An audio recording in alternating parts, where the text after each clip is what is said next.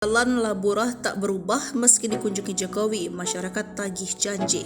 Nasib Jalan Laburah yang pernah viral didatangi Presiden Jokowi, Jalan Kabupaten Labuhan Batu Utara, Sumatera Utara yang dulu dijanjikan untuk diperbaiki kian memprihatinkan. Potret terbaru Jalan Laburah terlihat masih rusak, banyak masih dipenuhi lumpur. Jalan Laburah yang dijadwalkan akan diperbaiki pada Juli lalu itu viral di TikTok usai diunggah oleh akun Cinta Trala 2, Jumat 1 September 2023. Tampak dalam unggahan tersebut beberapa pengendara sepeda motor yang terjebak di jalan rusak dan timbunan lumpur. Tubuh mereka dipenuhi dengan lumpur dari tanah merah yang terhampar sepanjang jalan. Para warga tersebut saling menggotong royong membantu mengeluarkan kendaraan yang terjebak di kubangan lumpur. Akibat peristiwa tersebut, sang pengunggah video pun meminta Jokowi meninjau kembali kondisi jalan Laburah tersebut.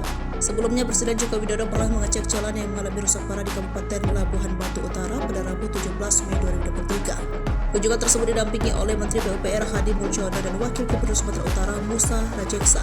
Presiden Jokowi langsung menuju ke lokasi desa Sono Martani, Kecamatan Kualuk, Hulu, Kabupaten Laburah. Jalan ini akan diprioritaskan untuk diperbaiki pada tahun 2023.